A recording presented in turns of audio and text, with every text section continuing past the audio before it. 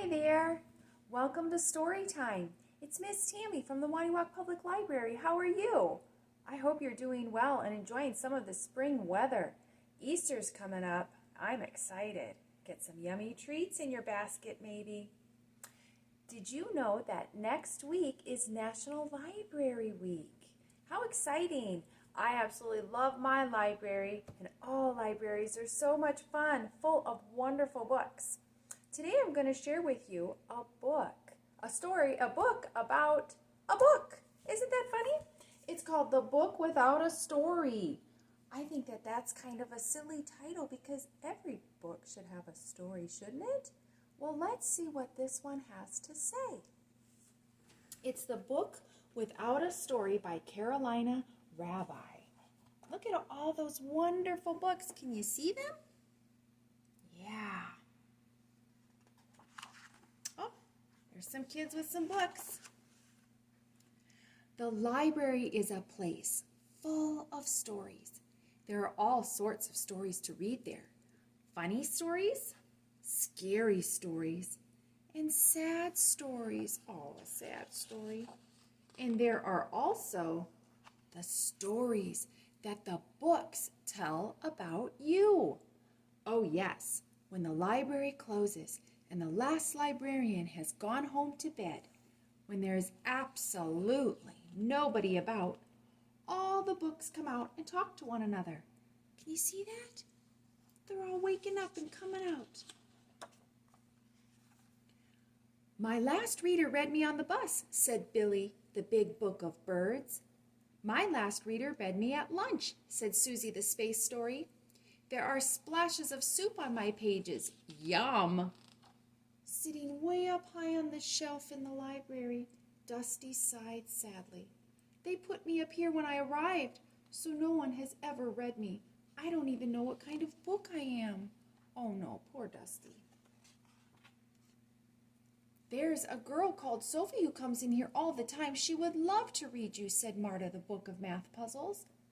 But how will she see me if I'm all the way up here, said Dusty. Leave that up to me, said Paul, the pop-up book of Paris. The rest of the books made a book ladder so that Paul could climb up to Dusty's shelf.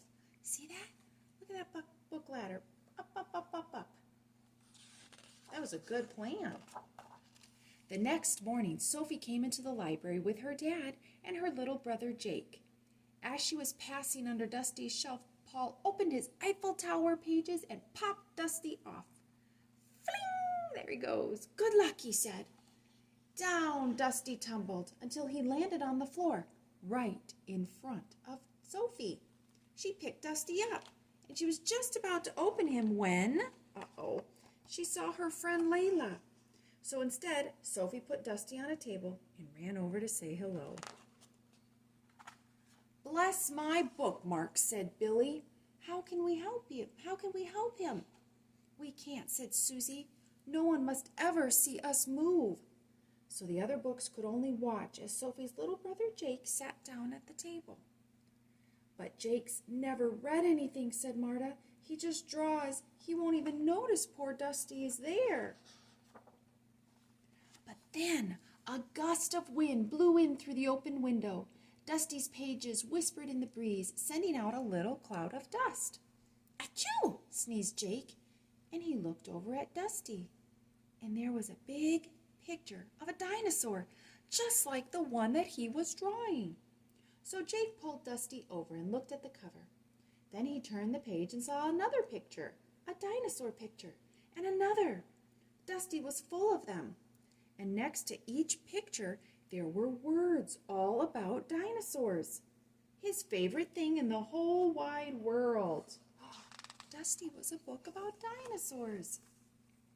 So Jake started to read, and the more he read, the more the hot, jungly dinosaur world of Dusty, the Book of Dinosaurs, grew inside his head.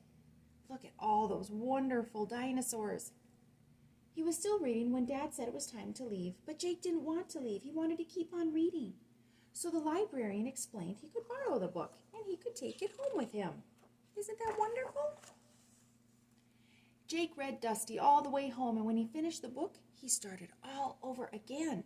And when his friends came over to play, Jake told them all about the Book of Dinosaurs.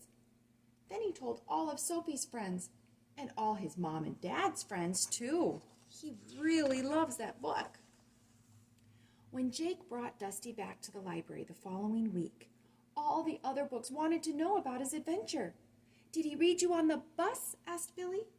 "Well, he read me in the car, at the kitchen table, in the bath, and secretly at night under his covers. Do you see that?"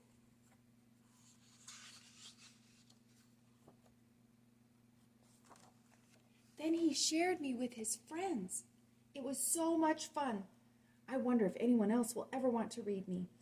"Just look," whispered Marta. So Dusty did. And you know what he saw? Let's see. Everyone wanted to get in line and read Dusty the Dinosaur book. Look at that. They're even sitting around with Dad. They're all in line. And look who's the book of the month up there. It says Dusty the Dinosaur. I love that. See all the wonderful pictures of the kids reading with their books? That was a good book, wasn't it? The book without a story. He did have a story, didn't he, in the end? We found out his story was about dinosaurs. I like that one. I hope you did too. So I would love to have you come in at the library and see some of the books that we have. We have books about Easter, which is coming up. Look at that sweet bunny and the pretty eggs. We have books about sloths. It says Sloths Don't Run. That looks like a fun book. And look at this book. This book is totally groovy. We are the Groovicorns. Look at that. Look at how that can change. See, it goes to silver. Isn't that the coolest? Groovicorns. I love it. And I hope you do too, and I would love to see you come in at the library sometime and say hi to Miss Tammy. You take care, everybody. Bye.